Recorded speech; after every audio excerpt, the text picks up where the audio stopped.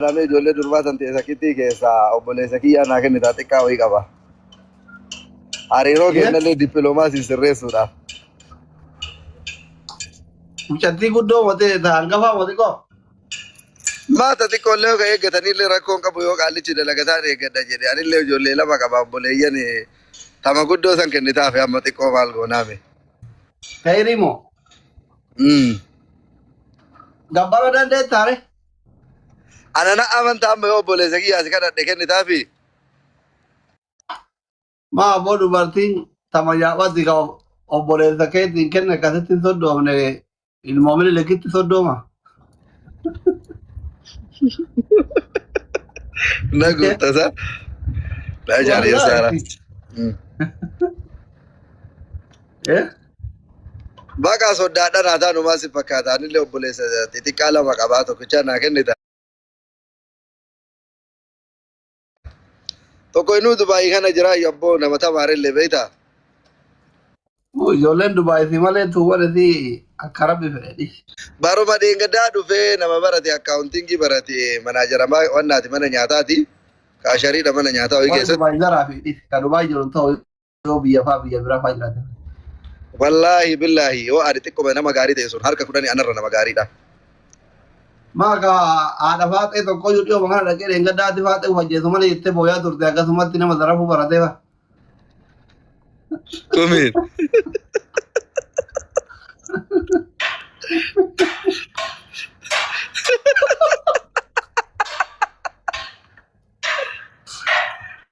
Xiqqii booddee miidiyaa kanatti hojjetu malee jettee nama nyaate jirani. Habibi. Awal jira rabbi sodaadhu waan jedhullee qabanin. Adama qoy achi dangeessin jedhi. Adama ka soddummaa kennaa kana maal dalga deemtaree. Asaasa ati shaashamanne moo asaasa? Ana saasa. Asaasa ijoolleen jajjaadhu simansiifi warra sifa akkatan baay'ee qaba warra asaasatti soddoomuree ka'ee bada. Gabbara dandeettaare nasri.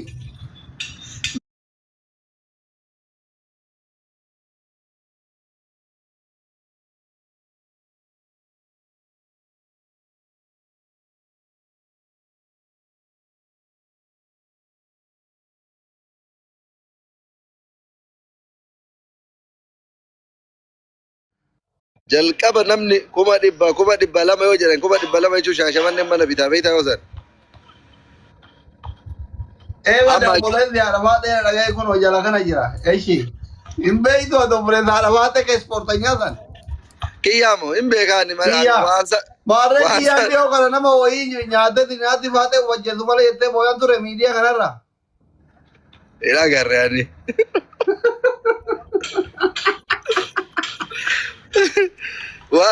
Kalee waan reedii naan jedhe dhageettee. Adammo ijoollee mee qabdannaa ijoollee lamaa jedheen. Lamaanuu Dubaayii ma guddisaa hartaa naan jedhe jedheen. Adamma kantiibaa Dubaayiiti. Biyyaati bulchitu keessa namni ijoollee takkaa guddifatuu dadhabee biyya galchaa. Ati akkamitti ijoollee lama achi guddistaa naan jedhe. Eshi. Ani kantiibaa waan ta'eef manna qabalee keessa.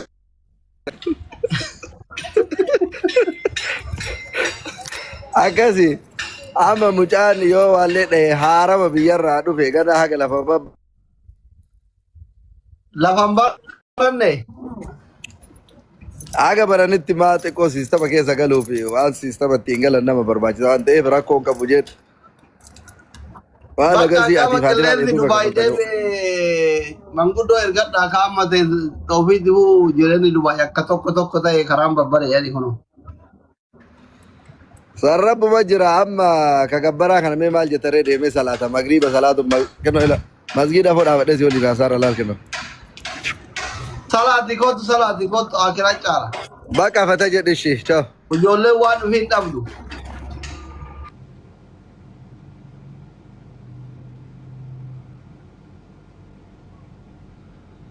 Membarii taa'u iddoo ijaa hundi keessan.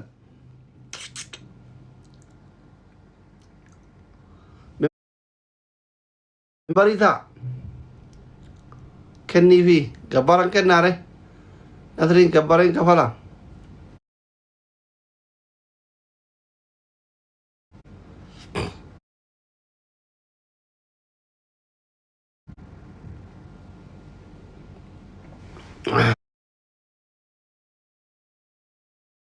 Kan adii qulqulluu kana nyaattan miskiintittiin tiyya.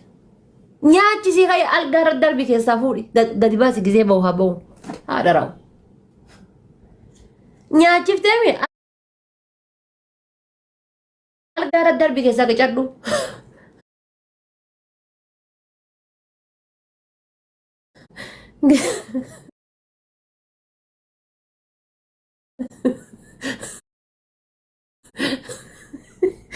Walla eenyu nyaachiftee gadhiifte beena keenya.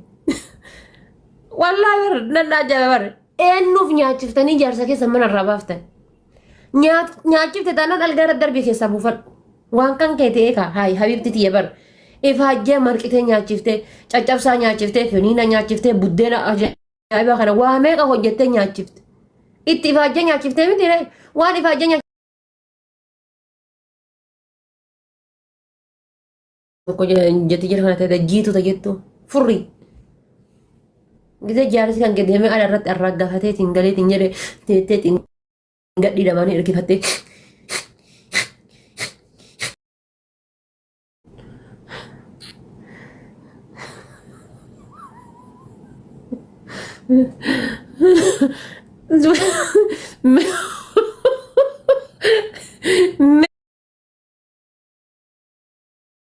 Ilaalamees haadha midhaaniin ka nyaatuun ka dhuguun waamee qambata da'ee galti. Waamee qambata da'ee galti. Galgalli sa'a 12 gennaan keessa waraabbatte aanan ajaa'ibaa kana ba'a. Aanan ajaa'ibaa kana si galee atillee jaarsa kan kee akkasitti ganama homa haphiitti kenni homa laaftuu guyyaa bakka biraa oola waan ta'eef jechuudha. Gara naannoo sa'aatii ta ganamatti buufte keessaa buufadhu. Ta ganamatti buufte sa'aatii keessaa buufadhu. Ta sa'aatii buufte asraa keessaa buusi. Ta asraadhaaf galgalatti buufte ammoo dammaqi waarii qixxeellee isa bichaan eegini keessaa buufadhu. Dhiira boksiidhaanii miti kan horatan abibti tiyya. Fuula kan kee hambaashaa dhayaa bade fakkeessitee hambaashaa ibiddi jala bade fakkeessitee jettee eddeeti miti kan keessaa qicattu. Gizeenni balbala gabba'e hajaan yoo sitti dhagahamti rakkinni mana keessaa sooqiddi mana keessaa dhumate shunkurtiin mana keessaa dhumate timaatimii mana keessaa dhumate yoo san sikkaate dhugaan mana keessaa dhumate jedhu inni gizee sanitti hinaafa akkana godhanna shakkitii kanaaf akkana taatii jedhu. Gizee manni mana keessa sibira jiru gizee shiishaa waliin harkiftu gizee garanaa gangalattu san suutumaan garanaa gangalchi dhugadhuuti maal jedhi lapheessaa kana qaqqabiti mudhiisaa kana qaqqabiti keessaa buufadhu. Wallaa itti buuftanii dhiiftanii kabiraa keessaa buufateen booyna. Sonna si habbalummaati. Tatti buufte keessaa buufadhu. Silaa alarra yoo baay'inni nuna nagaa ol hin deebi'uumi sunillee tatti buufte yoo keessaa buufatte atillee tatti buufte keessaa buufatta gaaf kaan inni jechuudha akka saree mudhii gadi caccabdee hudhaa ol hin deemu. Saree mudhii gadi caccabdee argitanii miti. Mudhii gadi caccabdee harka afoo kana bichaan deema jechuudha gaaf kan adabatee gattaa gandarra hoobsaan deemu. Wallahi billahi sabaree qoraafadhu keessaa buufadhu qayyadhu bareechifadhuuti. Qayyadhaa yoo mana qayyadha dhaquu dhabdee jechuudha mana keessatti daarsiina qurunfudii loomii sooqidda walirratti danfisiiti. Haa xiqqoo hafuurri akkasii bukaarri ol qabu sun lash gadaa jedhu eegiiti. Qaama kan kee dhiqadhu kayitiin sirritti daabboo san ta'e qayyisi sirritti. Safuu abbara bitee qayyarke safuu jetteet inshaallah sarbaa gurraatta kana jala qabdeetiin miskintichi kiyya sangallaalee ka'eetiin waliin hin jiraatan giddii waliin jiraachuudhaaf hin rakkatina. Haga harkaa qabdu elmadhu gaafa deeme abibtiti gaafa deeme baay'ee jedhin jala cadhisi bakka kostorri qoftoon jedhe cadhisi ol gara garii mana kan kee.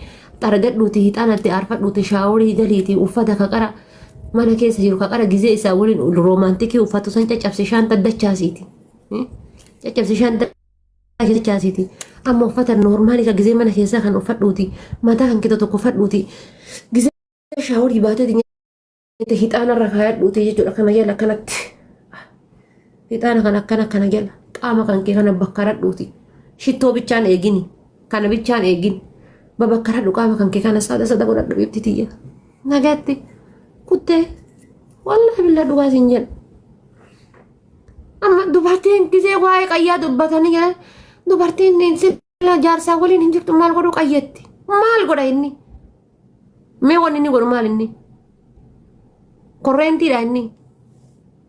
Qoxaariidha. Maal godhame? Qalbiin lafa dubbatti nuus hin shakartu yoo jira bar yoo wanni nyaattu mana keessa jiraate garaan si beelaya. Akka ilaalcha keessanii sanitti fakkeenya yoo wanni nyaatan mana keessa jiraate garaan nama beelaya. Yoo wanni nyaatan mana keessa hin jirre garaan maaliin nama beela.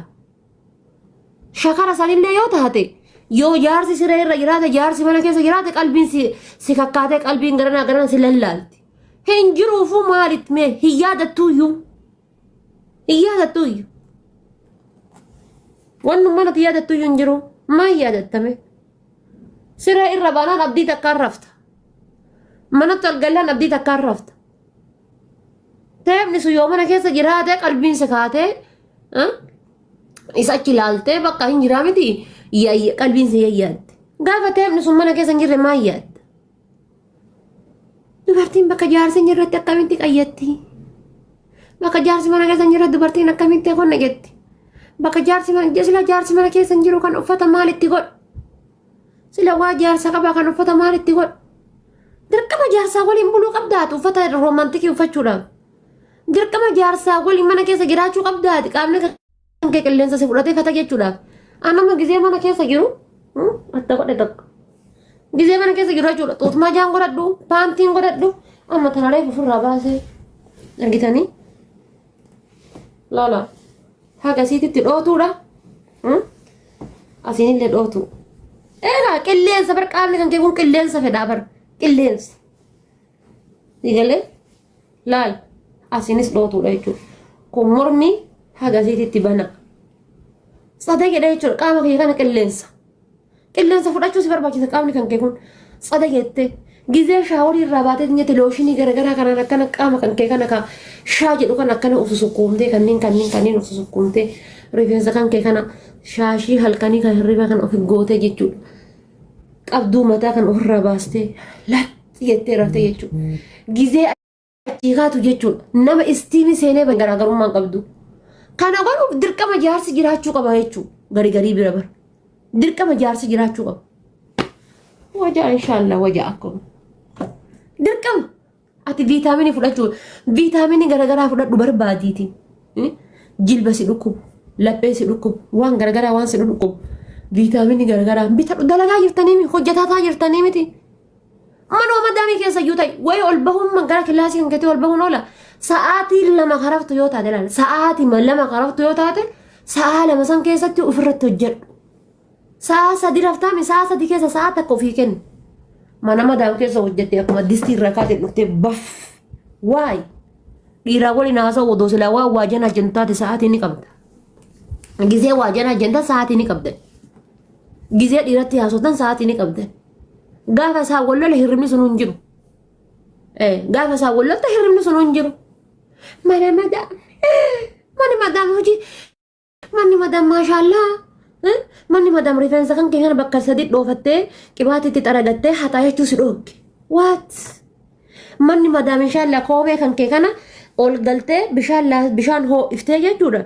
Bishaan keessa keettee wannoo itti buufteeti koomee kan kee kana jechuudha. Kan akkanatti guyyaa dhaabataa ooltee achitti akkana gadi dhagaasi ta'e kana susukkuumtee akkana goggodhachuu si dhooge. Manni madaam. Wanni madaam wanni nama dhoogu tokko hin jiru. Garuu kijibdan mana madaam hojjedhan dashin tibeeti hambaa miichaa ture waggaa meeqa sigalee maal mana madaamii mattan mana madaamin sababatinaa hay yaadi sa'aatii osoo gisee jinjanaa san hoo jedhe yaadi sa'aatii jinjanaa san osoo waan haasofsiisu qabaadhe hoo jedhe yaadi yeroo ni qabda gisee waa haasofsiiftu alangallee tana gisee haasofsiiftu tidaarii maaltu jiraam yeroo ammaa adaarii tanniin gisee haasofsiiftu yeroo ni jira. Gizee garuu ofirratti hojjettu yeroon hin jiru. Adari taniini wali yeroo qatu inni jiraamla yeroon. Gisee ofii kan kete shaawori sentee minamina jette jettu hin jirtu wannoon. Kafarte haadha faate deemi rabbiin si haa kaasuuti ka hin jedhu anini konkaa haxumaa. Ka nyaatu hin gabbanne ka dhugu hin gabbanne dhiirri tokko tokko ammoo jechuudha maqaasi nyaata. Yoo nyaachifte hin gabbatu yoo dhuge hin gabbatu. Anammoo jechuudha dhiira qacaaca luuxu kan wanni heerumuu diduuf maalinni nyaachiftullee obaaftullee hin gabbatu. Luuxuun tun keessa baatee tun hin jiru kunoo. Abadan hin mul'atu nama keessa. Dirqama abbaan beelumee jettee sotta. Haxumaan kun jechuudha jaluma san ta'a.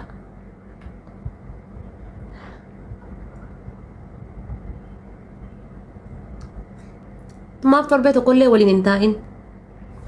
Dhiiruma waa roga qabdu heeruma gizee heerumtan. Kama gizee waa deddeemu jechuudha waa mul'atu. Maaliif gurraacha funyaan muraallee hin taane homa mul'atu heerumaa yoo heerumtan.